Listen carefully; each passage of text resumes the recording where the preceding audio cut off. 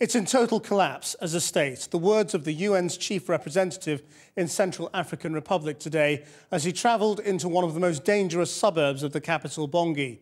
John Ging has been meeting Muslim leaders in an effort to curb the fighting between rival religious groups.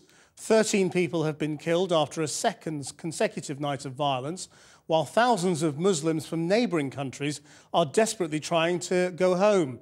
Our chief correspondent Alex Thompson is in Bangui, where he's been travelling with the UN and speaking exclusively to their man on the ground. Alex.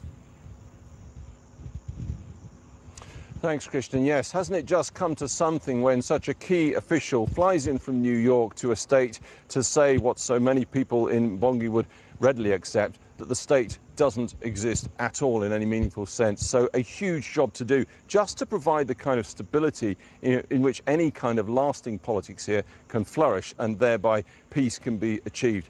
Even as he says that, hundreds, thousands of people getting out because they're foreign nationals and they fear for their lives.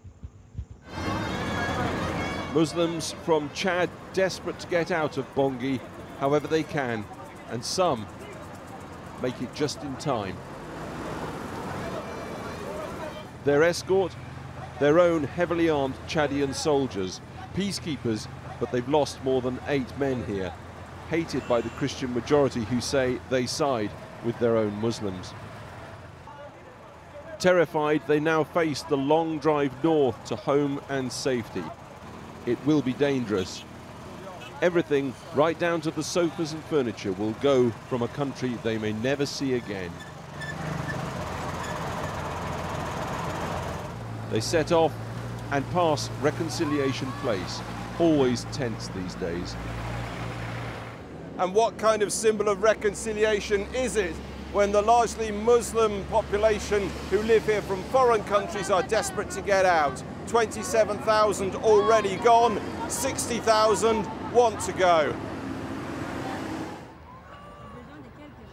1 mile away, and welcome to one of the weirdest departure lounges in the world. Sheltering from the sun among the planes and helicopter gunships, more Chadians await the airlift home, 300 at a time. Some have been waiting here several weeks. It may not be much, but it is at least safe. Chadian troops are based here. They killed my mother, my father, my brothers too, and they smashed up the mosque. We're entering Kilometre 5, a mostly Muslim district which has seen some of the worst of the violence, and into the main mosque with the UN's Emergencies Director, John Ging. And there are those who are trying to break this society, to divide this society, to destroy this society. He's meeting the imams to try and get both sides here together. You can't tell Central Africans about tolerance, he tells me. Christians and Muslims have coexisted here for years, but there's a wider issue. But they need support. The state is non-existent here. This is a country that doesn't have a functioning health system, security apparatus, the police, the army, the school system. I mean, it's in total collapse as a state. So we've got to come in here and help to rebuild the infrastructure of a state. The political imperative to rebuild the state which doesn't exist here, but the immediate humanitarian need. The problems caused by the fighting are vast.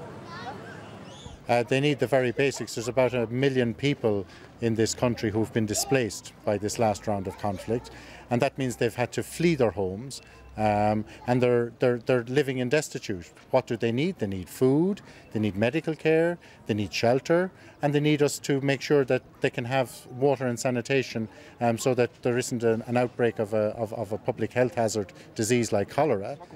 On a day-to-day basis, though, what can the imam here do but call for a return to tolerance? Il y a chez nous un principe fondamental. We have a fundamental principle, and it's a Quranic principle. For us, a Muslim must not attack sacred things of other religions. It's formally forbidden to attack a church. Il est même formellement interdit. But stop Let's rewind our story back to that meeting with John Ging at the mosque.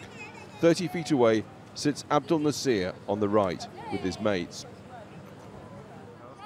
And Abdul has a warning for Christians. If they don't stop destroying mosques and killing Muslims, as young Muslims we will mobilize. And by that I mean all the churches in these areas will be destroyed, and the Christians won't be able to come here to buy rice, sugar or any food. There are so many young men who feel like that on both sides across this city. So the political process towards finding a president, eventual elections and perhaps even stability can't come quick enough for the majority caught in the middle.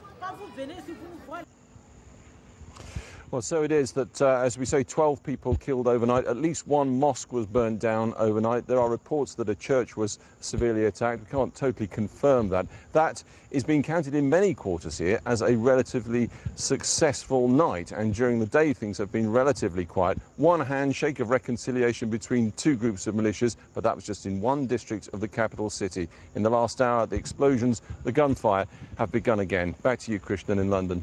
Thanks, Alex.